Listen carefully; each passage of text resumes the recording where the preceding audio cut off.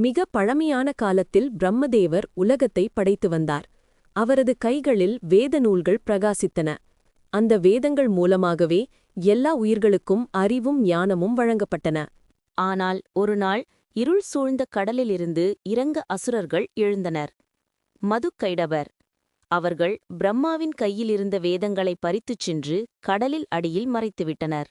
உலகம் முழுவதும் இருள் சூழ்ந்தது. பிரம்மா கைகளை கூப்பி நாராயணனை நோக்கி பிரார்த்தித்தார். பெருமாளே, என் வேதங்களை மீட்டுத் தாருங்கள், உலகம் மீண்டும் ஒளிரட்டும். அப்போது நாராயணன் மின்னல் போல பிரகாசித்து ஒரு அதிசயமான உருவம் எடுத்தார். மனித உடல், குதிரை தலை, பொன்னொளி நிறைந்த முகம் அதுவே போல் ஒளிர்ந்தன. கடலில் எழுந்த அலைகளைக் கடந்து ஹயக்ரீவரர் மதுகைடபரை எதிர்த்து போராடினார். ஒரு புனித ஒளி பரவியது. இறுதியில் அவர் அசுரர்களை வென்று வேதங்களை மீட்டார். ஹயக்ரீவரர் கடலிலிருந்து மேலே எழுந்தார். கைகளில் பிரகாசிக்கும் வேத நூல்களுடன் அவர் பிரம்மாவிடம் வந்து அவற்றை அளித்தார். வானத்தில் தேவதைகள் சூரியனைப் போல் ஒளிர்ந்தன. கடலில் எழுந்த அலைகளைக் கடந்து ஹயக்ரீவரர் மதுகைடபரை எதிர்த்து போராடினார்.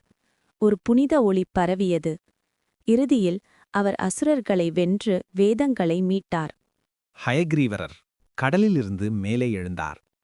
கைகளில் பிரகாசிக்கும் வேத நூல்களுடன் அவர் பிரம்மாவிடம் வந்து அவற்றை அளித்தார். வானத்தில் தேவதைகள் ஒலி பூக்களை கேட்டது. தூவினார். அறிவை விரும்பும் யாரும் உன்னை வணங்குவார்கள் ஹயக்ரீவரா. ஹயக்ரீவரர் சிரித்தபடி ஆசிர்வதித்தார். அந்த நிமிடத்தில் உலகம் முழுவதும் மொழி பரவியது. அதனால் இன்று வரை மாணவர்கள் புத்தகம் திறக்கும் முன் ஓம் ஹயக்ரீவாய நமகா என்று சொல்லி வழிபடுகிறார்கள். அவர் நமக்கு அறிவையும் ஞானத்தையும் வழங்கும் தெய்வம். ஓம் ஹயக்ரீவரர் அறிவின் கடவுள்.